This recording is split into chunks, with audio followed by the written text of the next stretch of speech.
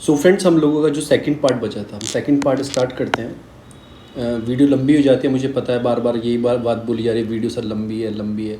पर सर मैं छोटी नहीं कर सकता, आपसे रिक्वेस्ट यही है, आपको जो मैं पढ़ाता हूँ बिल्कुल डीप तक जाके पढ़ाता हूँ, शायद वो पूरा जो आपका करंट में सिनेरियो आया सब आपको समझ में आ जाए। अब जैसे ये आया कि सुप्रीम कोर्ट की लैंग्वेज इंग्लिश है, पर उन्होंने तेलुगु में मतलब स्विच किया है तेलुगु के ऊपर, तो क्या कोई कॉन्स्टिट्यूशन प्रोविजंस है उसकी वजह से कंपलसरी है इंग्लिश? हाँ बिल्कुल है। तो बिल्कुल हमें डीप तक जाना है। और यूपीएससी है, ये कोई आम एग्ज़ाम नहीं है, यूपीएससी है। अगर कोई आपको 30 मिनट में हिंदू समझा रहा है, आपको जिस्ट बता रहा है, स्टोरी का बस जिस्ट बता रहा है, एटलीस्ट जिस्ट नहीं होता, उसके हमें बिल्कुल डीप तक जाना होता है, क्या उसमें बेसिक में है, क्या वो करंट से लिंक करना होता है। तो उसके लिए आपको एक्स्ट्रा एफर्ट लगाने होंगे अपने, और वीडियो को पढ़ना होगा। वीडियो 1.25 करके देख लो, 1.5 करके देख लो, वो आपकी इच्छा है। तो मेरा कोशिश ये रहती है, कोई टॉपिक स्टार्ट हुआ, करंट में आया, उसके बेसिक तक जाना, यही यूपीएससी मांगता है। बच्चे क्या करते हैं, 30 मिनट में हिंदू की वीडियो देख लेते हैं, समझ में आ जाता है, पर उनके बेसिक समझ में नहीं आता, यही रीज़न है। तो हम स्टार्ट करते हैं। अगला टॉपिक क्या था, जैसे मैंने आपको बताया था कि जो आपके चीफ जस्टिस ऑफ इंडिया ये ऑनलाइन हेयरिंग ले रहे थे केस की, पर जो उसमें कैंडिडेट थी जो हेयरिंग में थी उसको कंफर्टेबल नहीं थी, ना वो हिंदी आती थी ना उसे इंग्लिश आती थी, क्योंकि वो तेलुगु पर्सन थी। तो ये ऑर्डर देते हैं, फिर बोलते हैं कि चलो आप तेलुगु में आप आ सकते हैं, क्योंकि उसके लिए कंफर्ट थी तेलुगु। फिर ये तेलुगु में सारा केस को हियरिंग करते हैं। तो यही है कि कंपलसरी क्या है, सुप्रीम कोर्ट की एक लैंग्वेज है, कॉन्स्टिट्यूशन में ऐसा लिखा हुआ है, article 348(1) constitution of India provide that all the proceeding, supreme court में हो या इवन हाई कोर्ट में हो, शैल be in English language until parliament by law otherwise provided. मतलब जब तक पार्लियामेंट चेंज नहीं करती है इंग्लिश के साथ कोई और लैंग्वेज, तब तक उस आर्टिकल में 348 के अकॉर्डिंग आप इंग्लिश में ही सारी जितनी प्रोसीडिंग होगी हाई कोर्ट की या सुप्रीम कोर्ट की, वो इंग्लिश लैंग्वेज में ही होंगी। अंडर आर्टिकल 348(2) क्या बोलता है कि गवर्नर ऑफ द स्टेट में विद द प्रीवियस कंसेंट, मतलब प्रेसिडेंट से कंसल्ट करने के बाद गवर्नर ऑथराइज कर सकता है यूज़ ऑफ हिंदी लैंग्वेज और any other language use for any official purpose of the state in the proceeding of high court. High court के लिए, क्योंकि गवर्नर है आगे ना, हाई कोर्ट के लिए, having its principal seat in that state provide that decrees, मतलब कि जजमेंट ऑर्डर हाई कोर्ट में शैल बी इन इंग्लिश। तो इंग्लिश में ही होगा, अगर चाहता है तो गवर्नर प्रेसिडेंट से बात करके वो कोई और लैंग्वेज में या रीजनल लैंग्वेज में कर सकते हैं। सेक्शन 7 क्या है कि ऑफिशियल लैंग्वेज एक्ट 1963 प्रोवाइड करता है द यूज़ ऑफ हिंदी और official language of the state in the addition to the English language में बी ऑथराइज। कंसेंट क्या है कि president of India by the governor state for the purpose of judgement कर सकते हैं, made by the high court for that state. तो यही सारी बात है कि शेड्यूल्स हमारे सेक्शन 7 में जो है ऑफिशियल लैंग्वेज एक्ट में जितनी भी लैंग्वेज हैं, रीजनल हो या कुछ भी हो, अगर किसी हाई कोर्ट को रीजनल लैंग्वेज में करनी है तो गवर्नर प्लस प्रेसिडेंट का कंसेंट, तो फिर आप उसका यूज़ कर सकते हैं। तो ऐसे कर सकते हैं। तो जैसे ऑप्शनल यूज़ करते हैं हिंदी का प्रोसीडिंग के लिए जो हाई कोर्ट्स हैं राजस्थान की, उत्तर प्रदेश की, मध्य प्रदेश की, बिहार की, क्योंकि लोगों को ये जो सारे एरिया हैं, एक तो हिंदी स्पीकिंग है, ऊपर से इन एरिया में जो है इतना मतलब लिटरेसी इतनी हाई नहीं, सबको इंग्लिश नहीं आती है, तो कहीं ना कहीं हाई कोर्ट इसमें हिंदी का यूज़ करते हैं with the help of governor और प्रेसिडेंट से पूछने के बाद। ऑब्जेक्टिव क्या है इस चीज़ का, अमेंडमेंट की ज़रूरत है या नहीं है, अगर हम हिंदी में स्विच होते हैं या रीजनल लैंग्वेज में हम करते हैं, उसके फ़ायदे क्या होते हैं? फ़ायदे होते हैं कि इंश्योर रहता है कि people get justice in their own language, मतलब अपनी लैंग्वेज में जस्टिस मिले। अगर आप प्रोसीडिंग कर रहे हो, आपको नहीं पता, क्योंकि अब कुछ विक्टिम तो कोई भी हो सकता है, कोई भी कोर्ट में जा सकता है, तो उसे नहीं आती है, इंग्लिश नहीं आती, हिंदी नहीं आती, कोई उसकी रीजनल लैंग्वेज उसको आती है, तो उसको अच्छा होगा उसकी बात पता लगे क्या बात चल रही है। फिर to make the judicial system is more litigant friendly, मतलब जैसे जुडिशियल सिस्टम पूरा उसके साथ फ्रेंडली हो जाता है। तो ये सारी चीज़ है। बस कंसर्न्स भी है, मतलब कंसर्न क्यों है, क्यों गवर्नमेंट ने इंग्लिश रखा हुआ है, उसका कंसर्न क्या है? द लॉयर जो होगा वो आर्ग्यूट करेगा that English is widely use by advocate, क्योंकि इंग्लिश एडवोकेट उसने बने हैं, तो उसे वाइडली यूज एडवोकेट जो होते हैं सारे, क्योंकि सुप्रीम कोर्ट है और हाई कोर्ट है, ये एक ऐसी कोर्ट है, डिस्ट्रिक्ट कोर्ट तो नहीं है कोई, ये तो एक ऐसी कोर्ट है कि पूरे ऑल इंडिया, पैन इंडिया इनका प्रेजेंसी रहता है इनका। तो इसमें ऐसी कोई लैंग्वेज होनी चाहिए, सबको हिंदी नहीं आती, साउदर्न स्टेट को नहीं आती, नॉर्थ ईस्ट स्टेट को इतनी हिंदी नहीं आती, अगर तेलुगु में करेंगे तो ऊपर वालों को नहीं आती। तो ये सोचा जाता है कि इंग्लिश एक ऐसी लैंग्वेज है ऑलमोस्ट सभी को आती है, साउथ के हों, नॉर्थ के हों या नॉर्थ ईस्ट के हों, एक ऐसी लैंग्वेज है। फिर सबॉर्डिनेट के lower court justice administration work, तो यही है सारी कुछ है कि एक एडवोकेट जो होते हैं वो जो हियरिंग करते हैं उनके लिए थोड़ा आसानी हो जाती है। अब आप हिंदी को सोली लैंग्वेज बना दो तो रिजल्ट क्या होगा कि अनरीजनेबल क्लासिफिकेशन हो जाएगा लॉयर का। जो फ्लुएंट हिंदी बोल पाते हैं वो ज़्यादा डोमिनेंट हो जाएंगे चीज़ों के लिए, तो ऐसे भी नहीं कर सकते। और फिर दिस ये द अमेंडमेंट जो है जो वायलेशन करता है फंडामेंटल राइट्स का, equality, freedom of practice, professional the choice, dignity and the livelihood. मतलब ये बोलता है कि आप अगर हिंदी को या किसी अदर लैंग्वेज को कंपलसरी कर दो इंग्लिश हटा के, तो आप क्या कर रहे हो, इक्वलिटी को कम कर रहे हो एक तरीके से।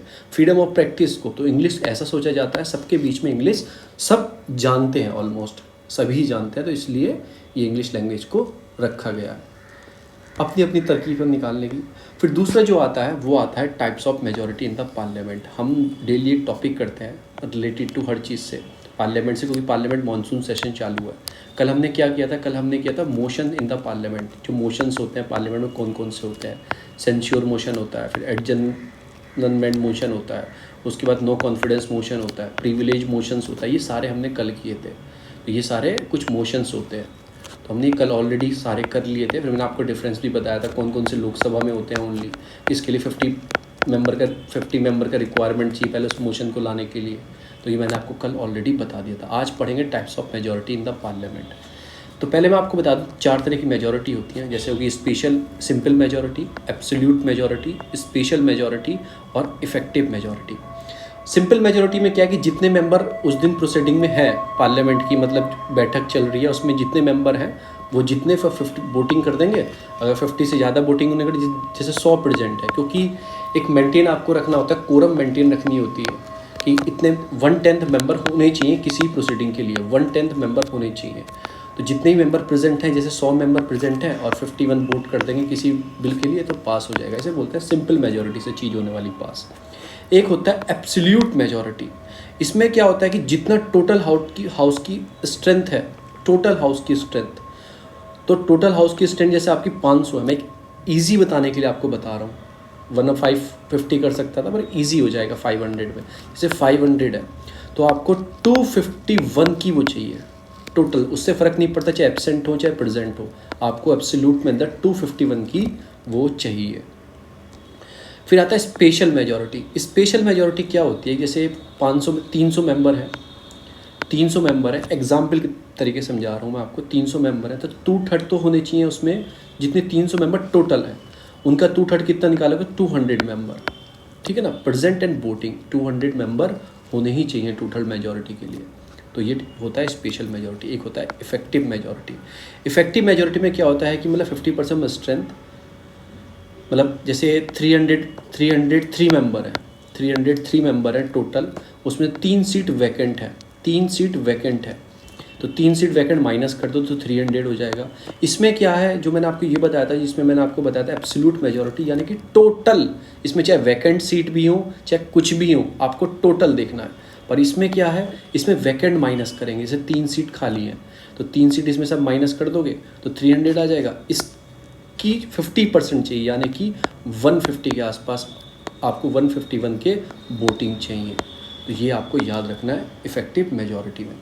तो अब ये कुछ नोट से बताता हूँ। टाइप्स ऑफ मेजॉरिटी आपने पढ़ लिया, सिंपल तो आपको पता लग गया कि 50+1 member present and voting. Special के लिए different types of special majority होती है in the constitution. Any majority which is not simple, effective और एब्सोल्यूट। तो स्पेशल के लिए 2/3 मेंबर, ये इम्प्लाइज होता है कि जैसे मैंने आपको बताई दिया यहाँ पे कि जितने टोटल स्ट्रेंथ है उसके 2/3 मेंबर होने चाहिए, प्रेजेंट एंड वोटिंग वो करनी चाहिए, 50 वोटिंग 2/3 प्रेजेंट एंड वोटिंग करने चाहिए, तो ये होता है। तो उसके बाद क्या आता है इफेक्टिव मेजॉरिटी। इसमें 50+1 इफेक्टिव स्ट्रेंथ के ऊपर, जैसे हमारी जो लोकसभा की स्ट्रेंथ है 550 है, तो 550 के 50% से ऊपर वोट होने चाहिए, तो ये होता है इफेक्टिव में। इसमें से बस क्या माइनस करोगे, जो वैकेंट सीट है, जो वैकेंट सीट है वो माइनस करोगे। जैसे इसमें 550 टोटल है, वैकेंट 10 है, यानी कि खाली है, कुछ भी रीज़न हो सकते हैं, किसी एमपी की डेथ हो गई, कुछ भी हो गया हो, तो 10 है तो इसमें 10 माइनस कर दोगे 540, और 540 का 50% निकालोगे आप, तो 50% +1 वोट पड़ने चाहिए इसके लिए, इससे वाइस प्रेसिडेंट को इम्पीचमेंट करने के लिए, करने के लिए, स्पीकर को हटाने के लिए ये इफेक्टिव मेजॉरिटी लगती है।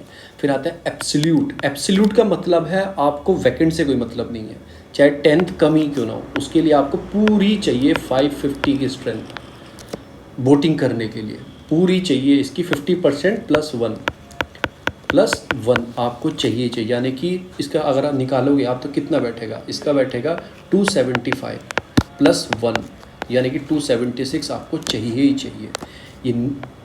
ये हमारे क्या ना need for the government formation. ऐसा गवर्नमेंट फॉर्मेशन मतलब क्यों बोल रहा है कि गवर्नमेंट बनाने के लिए अगर आपको सरकार बनानी है तो वही चाहिए ना 50 टोटल +1 मतलब 50% +1 ही तो चाहिए सरकार बनाने के लिए, यही तो लगती है एब्सोल्यूट। आप मेजोरिटी में आए हो या नहीं आए तो ये लगता है, पर ये मेंशन नहीं है हमारे कॉन्स्टिट्यूशन में। ये भी याद रखना कौन सी एब्सोल्यूट मेजोरिटी, ये हमारे कॉन्स्टिट्यूशन में मेंशन नहीं है।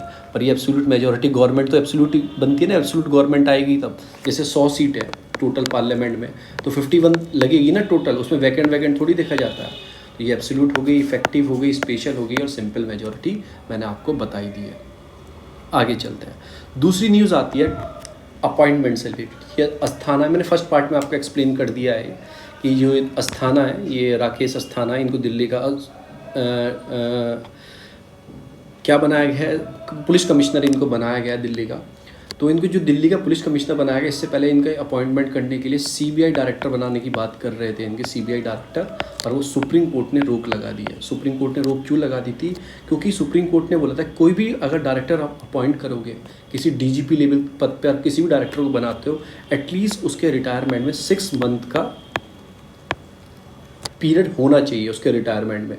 पर इनका रिटायरमेंट है, इनको अभी जो दिल्ली पुलिस का कमिश्नर बनाया गया है ये 4 दिन बाद रिटायर होने वाले हैं, मतलब रिटायरमेंट पीरियड इनका ख़त्म होने वाला था, अब शायद उसको एक्सटेंड कर दिया जाएगा क्योंकि इनको दिल्ली का पुलिस कमिश्नर बना दिया है। तो ऐसा है, हमें इसमें क्या पढ़ना है, सीबीआई का डायरेक्टर कैसे अपॉइंट किया जाता है।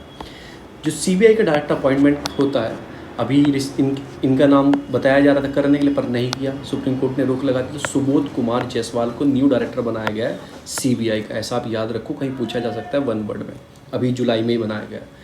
Director of the CBI appointed as per the section 4 of Delhi special police establishment act 1946। इसके पीछे कहानी बताता हूँ, Delhi special police establishment act कहाँ से आया।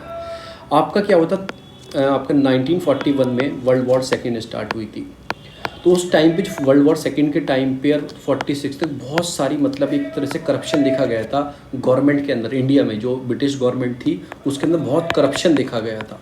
तो उस करप्शन को चेक करने के लिए 1941 में मतलब एक बॉडी बनाई गई थी, इनफॉर्मली बनाई गई थी चेक करने के लिए, पर एक प्रॉपर तरीके से पूरा करप्शन को देखने के लिए तो Delhi special police establishment act आया था 1946 के अंदर। तब सीबीआई नाम नहीं था, तब इसका इन्वेस्टिगेशन एजेंसी बोलते थे। उसके अंदर एक इन्वेस्टिगेशन एजेंसी बनाई गई थी, इसलिए उसको बाद में चेंज करके आगे जब चलते रहा पीरियड आता गया 1963 में सीबीआई सेटअप कर दी गई थी। जब हम आज़ाद हो गए तो 1963 में सीबीआई सेटअप की गई थी और इसको मिनिस्ट्री ऑफ होम अफेयर के अंदर भेज दिया गया था। तो ऐसे इसका काम होता है, होम अफेयर के अंदर भेज दिया। फिर अब जो सीबीआई है वो एडमिनिस्ट्रेशन कंट्रोल जो है उसका DOPT के अंदर है, of the ministry of personnel public grievance and pension, जिसके अंदर आपकी यूपीएससी शायद इसी के अंदर आती है, यूपीएससी शायद इसी के अंदर आती है, नहीं यूपीएससी एग्ज़ाम कराती है और ये आपको ट्रेनिंग प्रोवाइड करवाते हैं। DOPT आपको ट्रेनिंग प्रोवाइड करवाती है। तो सीबीआई को बाद में इसके अंदर भेज दिया गया था, पहले 1916 बना के वो मिनिस्ट्री ऑफ होम अफेयर के अंदर रखा गया, बाद में इसके अंदर भेज दिया गया। और ये जो मिनिस्ट्री है ये प्रधानमंत्री शायद खुद देखते हैं, PMO इसे खुद देखते हैं इस बॉडी को, तो वो है। अब इस्टेब्लिशमेंट ऑफ सीबीआई रिकमेंडेशन किसके बाद कहने पे किया गया, तो उसके लिए सनातन कमेटी थी, उन्होंने बताया था कि प्रिवेंशन ऑफ करप्शन 1962 में 64 में, तो उनके रिकमेंडेशन पे सीबीआई को बनाया गया। सीबीआई इन्वेस्टिगेशन एजेंसी पहले से ही थी, पर सीबीआई प्रॉपर तरीके से स्टेबल की गई। फिर उसके बाद CBI is not a statutory body, कोई स्टैट्यूटरी बॉडी नहीं है, पर इसकी पावर जो आती है वो Delhi special police establishment act 1946 से आती हैं। सीबीआई की जो मेन इन्वेस्टिगेशन एजेंसी है ऑफ द सेंट्रल गवर्नमेंट की, ऐसा है। It also provide assistant to the CVC, आपका सेंट्रल विजिलेंस कमीशन, उसे भी असिस्टेंट प्रोवाइड करती है, और लोकपाल के लिए, क्योंकि लोकपाल भी एक इंक्वायरी वो भी करते हैं ना चीज़ों में, कोई करप्शन चार्ज आए किसी भी मिनिस्टर के ऊपर, किसी भी ABCD क्लास के ऑफिसर के ऊपर, तो वो भी इन्वेस्टिगेशन, तो ये भी लोकपाल भी इन्वेस्टिगेशन CBI को कहीं ना कहीं देते हैं। तो ये भी आपको याद रखना है। इट ऑल्सो ए नोडल, जो आपकी इंटरपोल होती है ना, इंटरनेशनल पुलिस जो होती है, उसको भी इंडिया में यही हैंडल करते हैं। कोई इन्वेस्टिगेशन आती है ऊपर से, कोई कंट्री बोलता है कि आपकी कंट्री, हमारे यहाँ का कोई आदमी छुपा हुआ है, तो यही इन्वेस्टिगेशन करती है उस आदमी की CBI। तो इंटरनेशनल पुलिस इंटरपोल बोलते हैं। जो ब्लू और ब्लैक और ये सारे वो रेड नोटिस निकालती है लुकआउट पर्सन के लिए, वो सब तो सभी CBI इंडिया में देखते हैं। अब CBI headed by the director, ये तो आपको पता ही है। अब CBI की जुरिडिक्शन में क्या होता है, इन्वेस्टिगेशन जो इसमें होते हैं ऑफेंसिव जो होते हैं, इसमें 69 of the central law, 18 state law, तो ये सारी कुछ चीज़ें ये आपको जानने की ज़रूरत नहीं है, ये सारी इसके अंदर चीज़ें। अब अपॉइंटमेंट क्या होता है CBI का, मैं आपको एक चीज़ और बता दूं छोटी सी, इसमें वो मेंशन नहीं है। जैसे आपके पास NIA बॉडी है, नेशनल इन्वेस्टिगेशन एजेंसी, इसके पास पावर होती है विदाउट स्टेट की परमिशन लेके किसी भी स्टेट में जाके इन्वेस्टिगेशन कर सकते हैं, पर CBI नहीं कर सकती। अगर CBI किसी स्टेट में जाके इन्वेस्टिगेशन करेगी, पहले उसे परमिशन स्टेट गवर्नमेंट से लेनी होगी, तब करेगी। यूटीज़ जो होती हैं ये तो केंद्र शासित प्रदेश है, इसमें CBI डायरेक्टली जाके इन्वेस्टिगेशन कर सकती है, उसमें परमिशन की रिक्वायरमेंट नहीं है, क्योंकि दोनों सेंट्रल के ही पार्ट हैं। एक चीज़ ये, अगर CBI को स्टेट में जाना, अगर स्टेट ने परमिशन नहीं दी, उसके बाद हाई कोर्ट या सुप्रीम कोर्ट परमिशन दे देता है, तो CBI जा सकती है विदाउट स्टेट परमिशन से। या फिर CBI कोई केस पहले से ही देख रही है उस स्टेट में और उसको कुछ नई चीज़ पता लगती है, उससे केस से जुड़ी हुई कोई चीज़, तो भी जा सकती है CBI, वरना CBI विदाउट परमिशन नहीं जा सकती। NIA एक ऐसी बॉडी है, उसके उस पार्ट में लिखा हुआ है, वो कहीं भी जाके इन्वेस्टिगेशन कर सकती है विदाउट स्टेट परमिशन। अब अपॉइंटमेंट कैसे होता है CBI डायरेक्टर का, तो वही है कि Delhi special police establishment responsible है उसके एडमिनिस्ट्रेशन के लिए। और लोकपाल और लोकायुक्त एक्ट जब 2013 में आया, अमेंड किया गया, दिल्ली स्पेशल जो आपका पुलिस एस्टेब्लिशमेंट एक्ट है, इसको अमेंड किया गया। अब मेड किया गया, कुछ चेंजेस किए गए कैसे अपॉइंट किया जाएगा। पहले तो इसके हिसाब से होता था, दिल्ली स्पेशल पुलिस के हिसाब से, फिर लोकपाल और लोकायुक्त एक्ट आया 2013 में, तो वो भी CBI को कुछ इन्वेस्टिगेशन देते हैं ना, तो उनके हिसाब से पावर बनाना, मतलब पावरफुल बनाना है CBI को। क्यों बनाना है, क्योंकि लोकपाल के अंदर प्रधानमंत्री भी कहीं ना कहीं आते हैं, तो उसे एक पावरफुल बनाना है। CBI थोड़ा उसका जो अपॉइंटमेंट हो, थोड़ा ट्रांसपेरेंस बढ़ पाए, थोड़ी पावर मिल पाए CBI को, तो कुछ चेंजेस किए गए। अब अपॉइंटमेंट एक कमेटी होती है, जो central government shall be appoint the director of CBI on the recommendation of 3 member. ये बहुत इंपॉर्टेंट है। कौन कौन होने चाहिए, prime minister as a chairperson होंगे उस अपॉइंटमेंट के, जो भी रिकमेंडेशन भेजेगी, लीडर ऑफ अपोजिशन होंगे लोकसभा के, और चीफ जस्टिस ऑफ इंडिया होंगे सुप्रीम कोर्ट के, नॉमिनेटेड बाय होम। 3 पर्सन होंगे। कौन कौन, एक होगा प्राइम मिनिस्टर जो चेयरमैन होंगे उसके, लीडर ऑफ अपोजिशन होंगे, या फिर कोई भी लार्जेस्ट पार्टी लोकसभा में, अगर लीडर ऑफ अपोजिशन नहीं हो है तो। उसके बाद सुप्रीम कोर्ट के कोई भी चीफ जस्टिस ऑफ इंडिया होंगे। 3 आदमी बैठ के एक नाम सुझाएंगे और वो सेंट्रल गवर्नमेंट को भेज देंगे, फिर सेंट्रल गवर्नमेंट अपॉइंट कर देगा, ना कि प्रेसिडेंट नहीं करते, सेंट्रल गवर्नमेंट अपॉइंट करेगा। इन तीनों के बाद ये जिसका नाम निकाल के देंगे। तो ये हो गया। फिर दिल्ली स्पेशल जो पुलिस एस्टेब्लिशमेंट को अमेंड किया गया 2014 में, और उसमें कुछ चेंजेस किए गए। कंपोजिशन जो थी कमेटी के रिलेटेड टू अपॉइंटमेंट, जो डायरेक्टर था CBI को बनाना था, उसमें कुछ चेंजेस किए गए। It state that there is no recognition of leader of opposition. जैसे मैंने आपको बता ही दिया, अगर लीडर ऑफ अपोजिशन नहीं है, क्योंकि सीट नहीं है इतनी, तो लीडर ऑफ अपोजिशन के लिए 1/10 सीट चाहिए लोकसभा की, टोटल सीट की 1/10 अगर किसी पार्टी की सीट है तो उस पार्टी का लीडर ऑफ अपोजिशन होता है।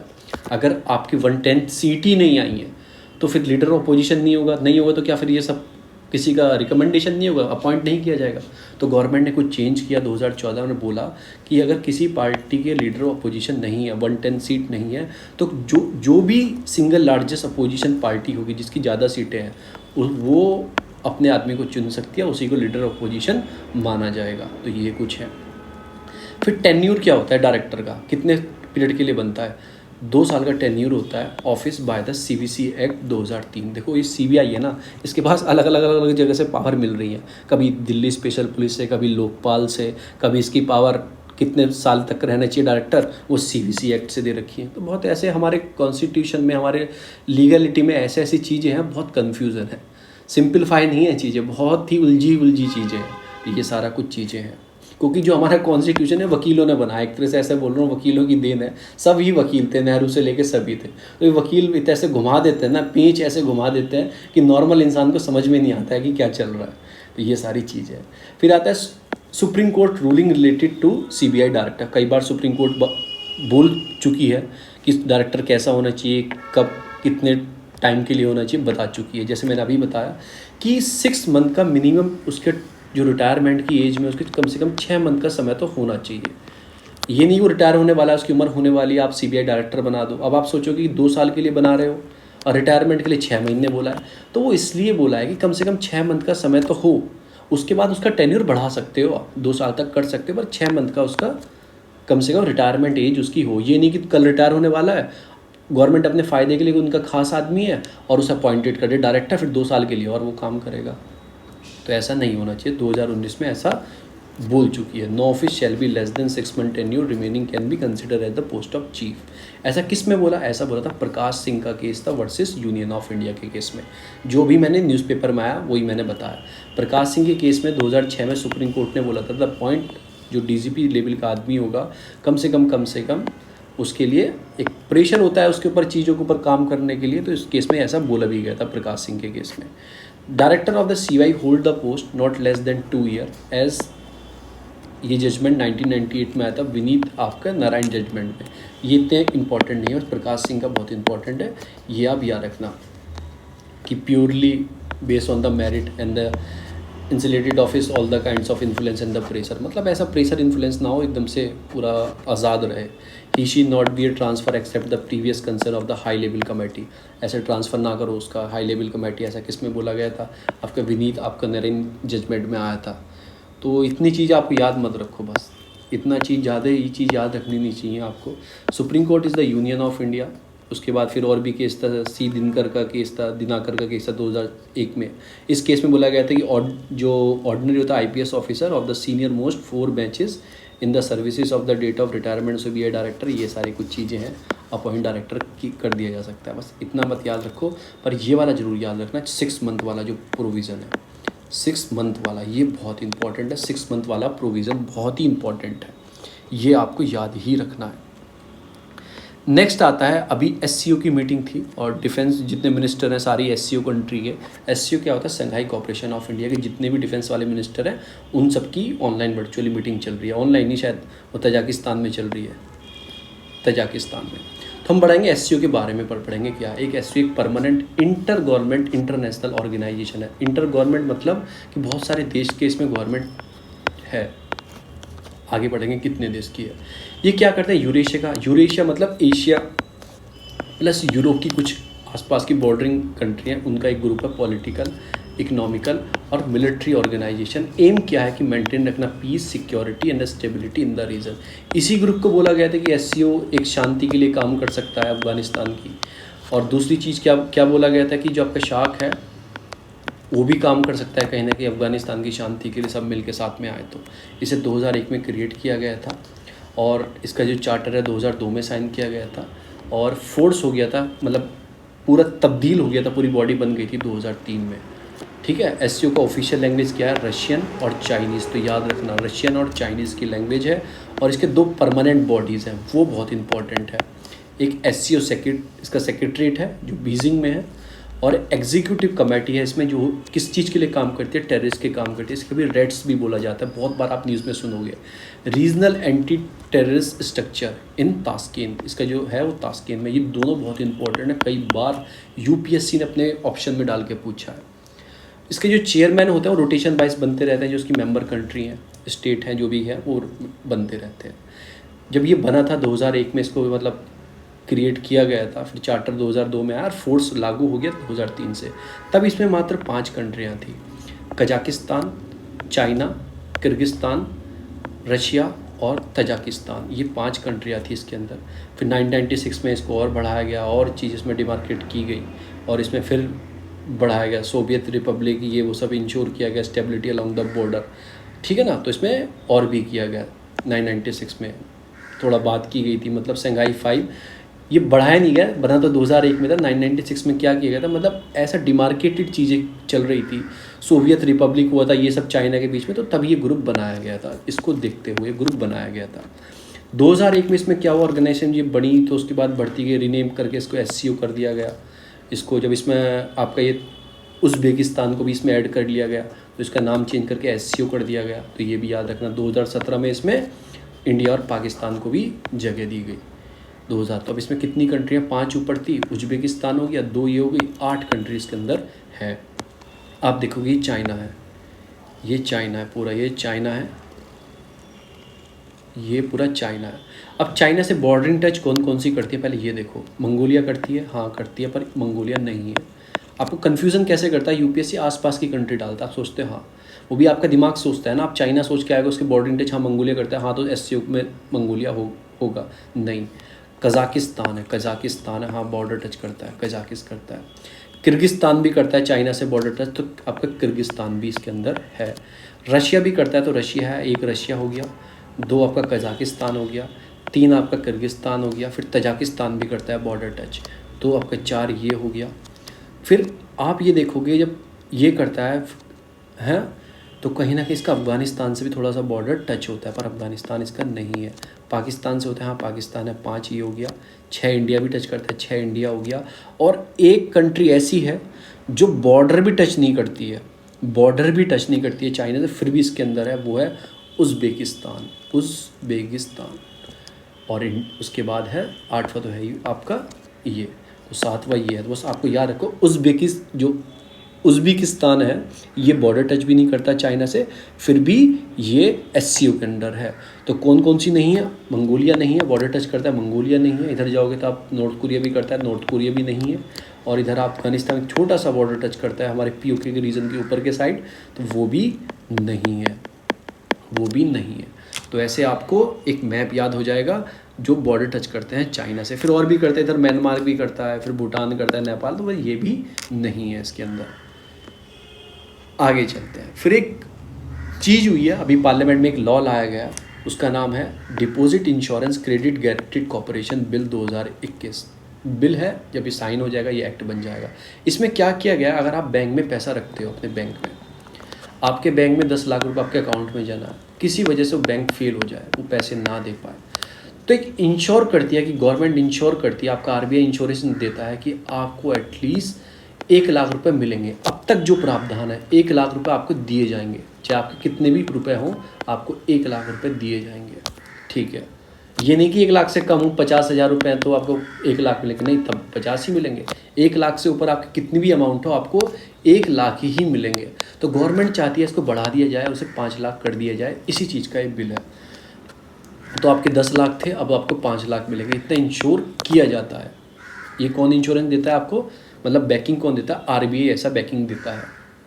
तो इसी के लिए इसको deposition insurance credit guaranteed corporation बोलते हैं। इसको लाया गया 1978 में, आफ्टर मर्जिंग द जो डिपॉजिट इंश्योरेंस कॉर्पोरेशन थी DIC और credit guaranteed corporation limited Indian limited CGCI, इन दोनों को मिक्स करके 1978 में इसको लाया गया और इसको पास किया गया। इसके लिए इंश्योरेंस एक्ट लेके आए 1961 में, एक्ट लेके आए बाय द पार्लियामेंट, और इसको बना दिया गया आपका, क्या बना दिया गया, DICGC इसको बना दिया गया।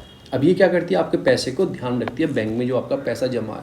ये फुल्ली आउंड सब्सिडरी है किस चीज़ की, और गवर्न कौन करता है, RBI इसको देखता है, RBI इसको पूरा इसका फंक्शनल RBI देखता है। ठीक है, अब इसको क्या फ़ायदा होता है, क्यों इंश्योरेंस कंपनियाँ कुछ तो ये प्रीमियम लेती होगी, हाँ बिल्कुल लेती है।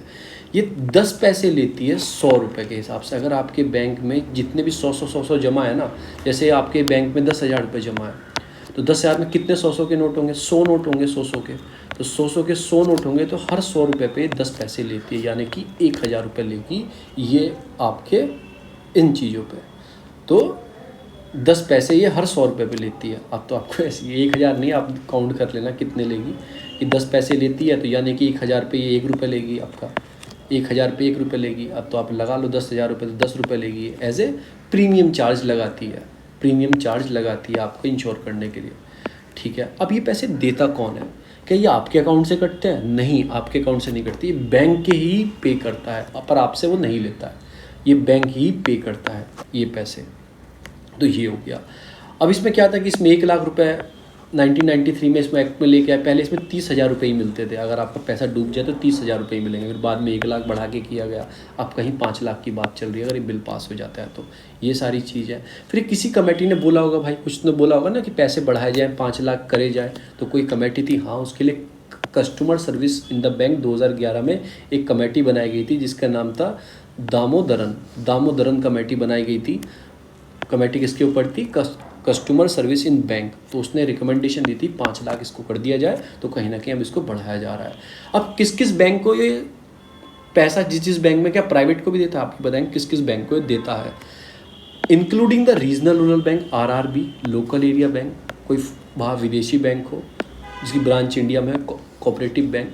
मैंडेटरी है to take a deposit insurance cover with the DICGC।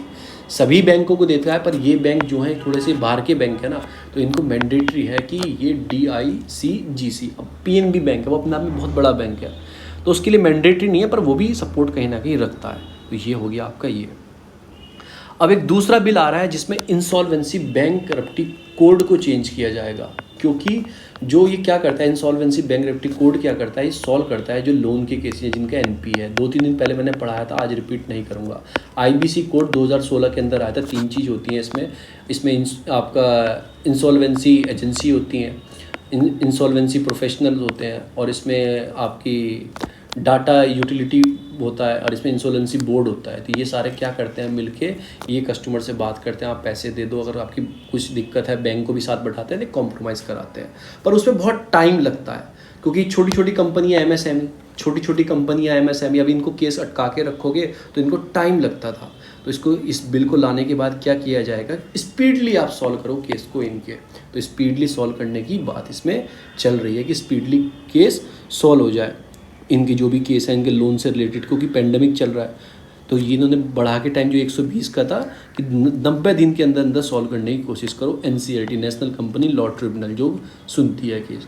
तो मैंने ये आपको बता रखा है, 3-4 दिन पहले मैंने पढ़ाया था, इसको फिर रिपीट कर लेंगे, तब ये बिल पास हो जाएगा, कई दिन तक चलेगा। पर मैं आपको क्या बताने वाला हूँ, MSME की कुछ डेफिनेशन तो होगी ना, माइक्रो स्मॉल मीडियम एंटरप्राइजेस की डेफिनेशन निर्धारित तो की होगी ना गवर्नमेंट ने।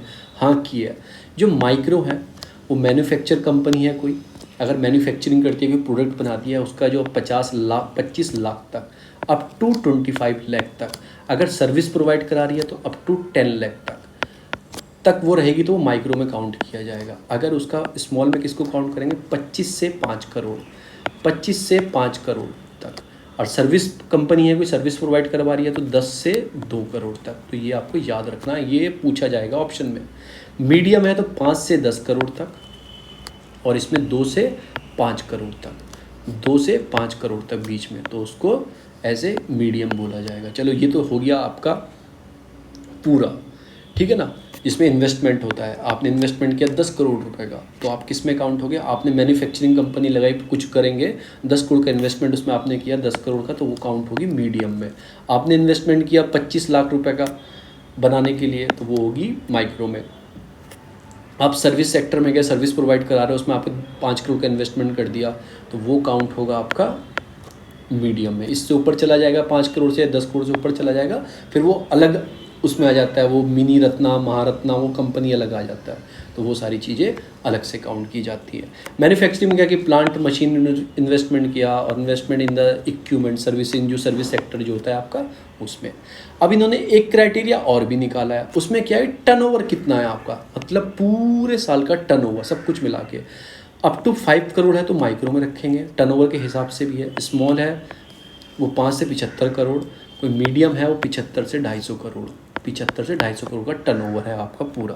तो ये पूरा क्राइटेरिया आपको याद रखना। याद रखने के लिए क्या करना, इसे एक पेपर पे शॉर्ट में लिख लेना और चिपका लेना, 2-3 दिन तक देखते रहना। 25, 5, 5, 10 ऐसे आप याद रख सकते हैं। तो ये मैंने आपको एक डेफिनेशन बता दी है, माइक्रो और मीडियम एंटरप्राइज गवर्नमेंट की डेफिनेशन है। दूसरी जो न्यूज़ आती है वो आती है क्या है, इंडियन एक्सप्रेस का एडिटोरियल से लिया है मैंने, आर्टिकल से लिया, एडिटोरियल नहीं है। मोबाइल वॉलेट, कार्ड नेटवर्क और वाइट लेबल ATM जो है, इनको ऑपरेट अलाउड करेगा जॉइंट RB का CPS को ज्वाइन कर सकते हैं। सीपीएस क्या है? Centralise processing system. जो सेंट्रलाइज प्रोसेसिंग सिस्टम होता है ना, बैंक का जो सिस्टम होता है, बैंकों के द्वारा आरबीआई के बीच में जो सिस्टम है, कि बैंक भी तो आरबीआई डायरेक्ट थोड़ी बात करते हैं, एक सिस्टम है, सेंट्रलाइज प्रोसेसिंग सिस्टम है, जिसे ई कुबेर बोलते हैं। जैसे लेन देन होता है बैंक और आरबीआई के बीच में, वो पैसा देते हैं, कभी कभी पैसा लेते भी हैं आरबीआई से, गवर्नमेंट सिक्योरिटी खरीदते हैं, ये भी खरीदते हैं, तो उसको सेंट्रलाइज प्रोसेसिंग सिस्टम बोला जाता है, जो ई कुबेर पोर्टल भी कहीं ना कहीं बोला जाता है। इसको क्या होता है, RBI is the core banking जो सिस्टम होता है आरबीआई का, वो ई कुबेर के पोर्टल पर चलता है। ठीक है, मेंटेन रखते हैं कि settlement amount with the RBI की। जैसे मैंने आरबीआई से मैंने पैसे लिया, मुझे ज़रूरत था, गवर्नमेंट सिक्योरिटी मैंने दी, जो मेरे पास सिक्योरिटी थी, मैंने पैसा आरबीआई से लिया, तो सभी इस ई कुबेर से चलता है, ई कुबेर से। तो इसमें कहीं ना कहीं इन सबको भी जोड़ा जाएगा, इन सबको भी इसमें जोड़ा जाएगा, ताकि और ईजी हो पाए हमारा सिस्टम। फिर ये भी जो है, ये भी जो नॉन बैंकिंग एंटिटीज़ हैं, ये भी फिर पैसे ट्रांसफ़र कर सकती हैं, करंट अकाउंट टू आरटीजीएस, इन सब का यूज़ कर सकती है। सीपीएस जो इंक्लूड करता है real time gross settlement and the national electronic fund transfer system, जो इजी हो जाएगा इनके लिए भी करना। फिर उसके लिए इतने मत जाओ, बस सीपीएस याद रखो, और इससे जोड़ा गया तो आरटीजीएस और एनईएफटी ये भी कर पाएंगे। अब ये वाले भी जो है card networking, white label ATM operators, या फिर मोबाइल वॉलेट वाले भी, तो इनके लिए भी थोड़ा ईजी हो जाएगा। According to the RBI, direct access to non banking to CPS lower the overall risk to payment ecosystem. तो थोड़ा वो क्या होगा, ओवरऑल रिस्क जो लेते थे वो कम हो जाएगा थोड़ा, अगर वो उससे जुड़ जाएंगे। मुझे बताने का इसमें क्या है, मुझे बताना है आज इसमें वाइट लेबल एटीएम कितने टाइप के एटीएम होते हैं। जैसे इसने बोला कि वाइट लेबल एटीएम, ये when the ATM is owned and operate bye non banking entity. आपने देखे होंगे डीजी, टाटा डीजी के एटीएम देखे होंगे। टाटा डीजी कोई बैंक थोड़ी है, पर वो क्या करते हैं कि क्योंकि फाइनेंशियल इंक्लूजन बढ़ाने के लिए, फाइनेंशियल इंक्लूजन क्या होता है कि बैंकिंग सिस्टम आप यूज़ कर पाओ बैंकिंग का, तो उसको बढ़ाने के लिए गवर्नमेंट क्या करती है, प्राइवेट सेक्टर को इंक्लूड करती है। तो ऐसे कुछ एटीएम होते हैं जो ऑपरेट और जो चलाए जाते हैं नॉन बैंकिंग एंटिटीज़ के द्वारा, तो इनको क्या बोलते हैं, वाइट लेबल। यानी वाइट लेबल किसी के लिए शांति हम अलग चलाएंगे। कुछ होते हैं brown label ATM, when the bank outsource the ATM operated by the third party. होता तो बैंक का ही है, पर वो ऑपरेट करने के थर्ड पार्टी को देते हैं, क्योंकि बैंक के पास अपना ही बहुत काम है, तो ऑपरेट करने के थर्ड पार्टी को देते हैं, उन्हें बोलते हैं ब्राउन लेबल। अब इसमें एक कॉन्सेप्ट हो रहा है ग्रीन लेवल एटीएम। ये प्रोवाइड करते हैं एग्रीकल्चर ट्रांजैक्शन, जैसे आपके केसीसी लोन हो या केसीसी कुछ करना हो, तो उसके लिए ग्रीन लेवल एटीएम भी लगाए जाते हैं। किसी गांव में आपने देखा होगा, वो सिर्फ एग्रीकल्चर रिलेटेड ट्रांजैक्शन करता है। फिर ऑरेंज लेवल होते हैं, इसमें शेयर ट्रांजैक्शन होती हैं, शेयर ट्रांजैक्शन, ये आप सर्च करके देखना यूट्यूब पर आपको मिल जाएंगे। फिर येलो लेवल एटीएम भी होते हैं, ये ई कॉमर्स पर्पज़ के लिए, ई कॉमर्स पर्पज़ के लिए होते हैं yellow level ATM. Pink level होते हैं, ये वुमेन की सेफ्टी के लिए, क्योंकि वुमेन नहीं जा सकती। पिंक लेवल आपने को बस वुमेन को अलाउड होता है उसमें एटीएम में पैसे निकालना। Such ATM are monitoring by the guard who ensure that only women access this ATM. The solely purpose क्या होता है एटीएम का, to mitigate the problem of women standing a long, मतलब लंबी लाइन में खड़ी है, तो इसके लिए स्पेशल एक अलग से एटीएम बना दिया जाता है, बस ये वुमेन ही यूज़ कर पाएंगे। तो पिंक लेबल होते हैं। एक होते हैं बायोमेट्रिक एटीएम। अब इसमें क्या है कि सिक्योरिटी फीचर बढ़ाए जा रहे हैं ना एटीएम के। अब आगे कहीं ना कहीं आप मैंने बायोमेट्रिक यूज़ किया, तो मेरा उसमें क्या था, यूज़ कर नहीं पाया था मैं, तो मैं वो बैंक वाले, पहले मुझे बैंक में जाना पड़ेगा, अपने बायोमेट्रिक रजिस्टर्ड कराने पड़ेंगे, उसके बाद मैं ये एटीएम यूज़ कर पाऊँगा। जब मेरे बैंक के पास मेरे तो फिंगरप्रिंट्स पहुंच जाएंगे। तो बायोमेट्रिक क्या, फिर मुझे ज़रूरत नहीं है कार्ड वार्ड की, फिर मैं सीधा अंगूठा लगाऊंगा, मेरा ऑटोमेटिक खुल जाएगा, आई स्कैन कर लेगा, सब कुछ स्कैन कर लेगा कस्टमर की, और फिर आपका अकाउंट डायरेक्ट खुल जाएगा। फिर आप कुछ भी ट्रांजेक्शन करते हो, कार्डलेस ट्रांजेक्शन कर सकते हो। ठीक है, अब ये सारे जो एटीएम है इनको देखता कौन है, इनको देखता है NPCI, national payment corporation of India. ये किसने बनाया था, ये आरबीआई ने, और जितने भी सारे बैंक हैं इंडिया के, इंडियन बैंक एसोसिएशन जो है, सबने साथ मिलके, और किस एक्ट के अंदर इसको चेंज करके बनाया गया था, पेमेंट एंड सेटलमेंट एक्ट है 2007 का, इसमें कुछ चेंज करके ये एनपीसीआई बनाया गया था। और ये अम्ब्रेला ऑर्गेनाइजेशन है for all the retail payment and settlement system in the country. जितने पेमेंट और सेटलमेंट सिस्टम होते हैं ना, सबको ये देखता है, चाहे वो रुपए कार्ड हो, भीम हो, आपका यूपीआई हो, रुपए हो, भारत क्यूआर हो, आधार इनेबल्ड पेमेंट सिस्टम हो, एईपीएस, जो अंगूठा लगा के आप मशीन से पैसे निकाल लेते हैं, नेशनल ऑटोमेटिक क्लियरिंग हाउस हो, सब कुछ हो, एक्स्ट्रा लग गया ना, तो सबको यही देखता है। It also manage the UPI platform line on the ATM, मतलब एटीएम को भी यही देखता है। ये मैंने आपको थोड़ा सा इनके बारे में बता दिया। अब मैं थोड़ा सा आपको और चीज़ बताता हूँ वाइट लेबल और ब्राउन लेबल के बारे में।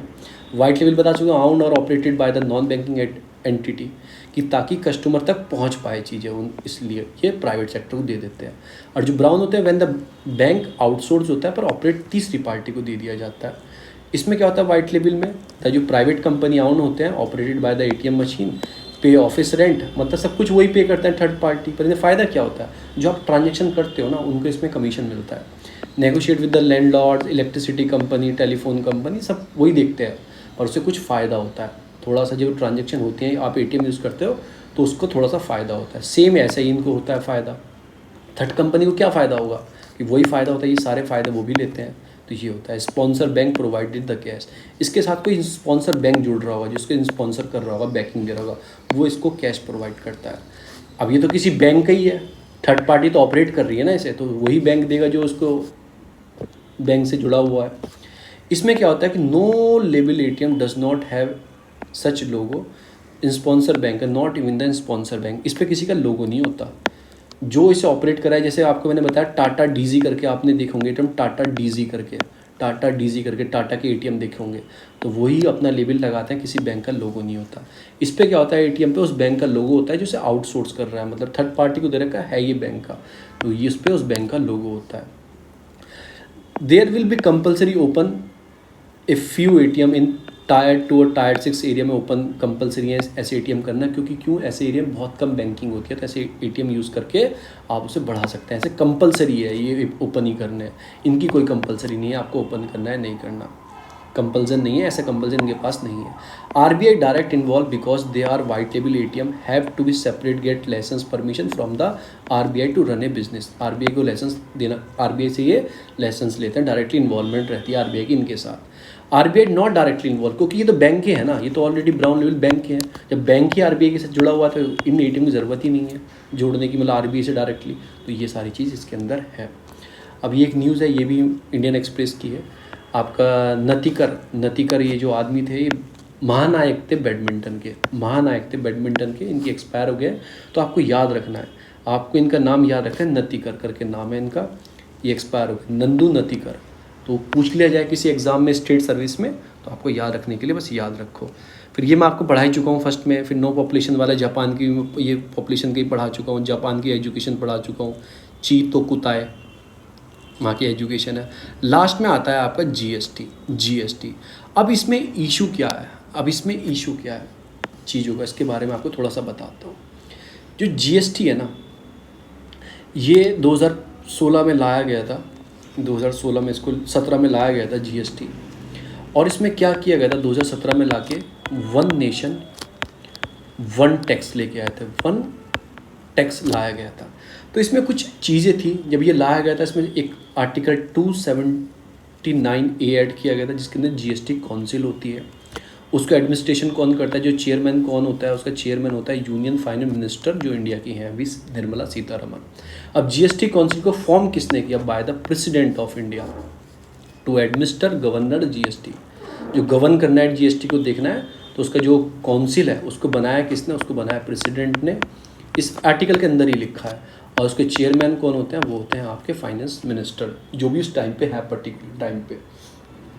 अब जीएसटी काउंसिल का काम क्या होता है कि जितने भी टैक्सेशन स्लैब हैं, जैसे 5%, 8%, 18 और 28% के, किस चीज़ को कौन से टैक्स के स्लैब में रखना है, कि कल को हमें क्या चेंज करना है, हमें ये स्लैब से हटा के, कि ये ट्रैक्टर है इस पर हम 5% जीएसटी ले रहे हैं, कल को नहीं, हमें से हटा के 8% में लेके आना, 8% लेंगे हम जीएसटी। तो इसको इससे हटाने के लिए, इसमें लाने के लिए एक काउंसिल होती है। इसमें कुछ वोटिंग राइट्स भी दिए गए हैं पर्टिकुलर चीज़ों के लिए, स्टेट को, सेंट्रल को। तो आपसे वोटिंग होती है इसमें, अगर वो वोटिंग मेजॉरिटी मतलब 3/4 की वो हो जाए, मतलब 3/4 हो जाए, 100 वोट हैं और उससे वो 75% वोट मिल जाए, तो फिर इससे चेंज करके इसमें भेज दिया जाता है 8% में। तो पूरी काउंसिल टैक्स में जो भी चेंज होगा ये काउंसिल चेंज करेगी। ये काउंसिल कैसे चेंज करेगी, उसके अंदर वोटिंग होती है, वो करेंगे। अब जो सारा खेल खेला गया है, एक तो आपने वन नेशन वन टैक्स कर दिया, स्टेट की जो पावर थी वेट लगाने की, अपने सर्विस टैक्स लगाने की या फिर सेल टैक्स लगाने की, वो आपने ख़त्म कर दिया, चलो ठीक है कोई बात नहीं। फिर आपने जो हेर फेर किया वो वोटिंग में भी आपने हेर फेर कर दी, तो इसलिए फेडरल स्ट्रक्चर को ब्रेक किया गया जीएसटी ला के। ऐसा बोला जो फिस्कल फेडरलिज्म है कहीं ना कहीं ब्रेक किया गया और सेंट्रलाइज बनाया गया चीज़ों को। वो कैसे कर दी, जो सेंट्रल की वोटिंग राइट है ना, सेंट्रल गवर्नमेंट की वोटिंग राइट है वो है 1/3। स्टेट के पास कितनी दी है, स्टेट को दी है आपने 2/3। तो आपको मैं एक चीज़ से बताता हूँ, जैसे 100 है, 100% है, 1/3 कितना होगा 100% का, 33 पॉइंट के आसपास। तो एक ओवर आइडियल हो 33%। तो सेंट्रल के पास 33% है, स्टेट के पास बचा हुआ 66% है।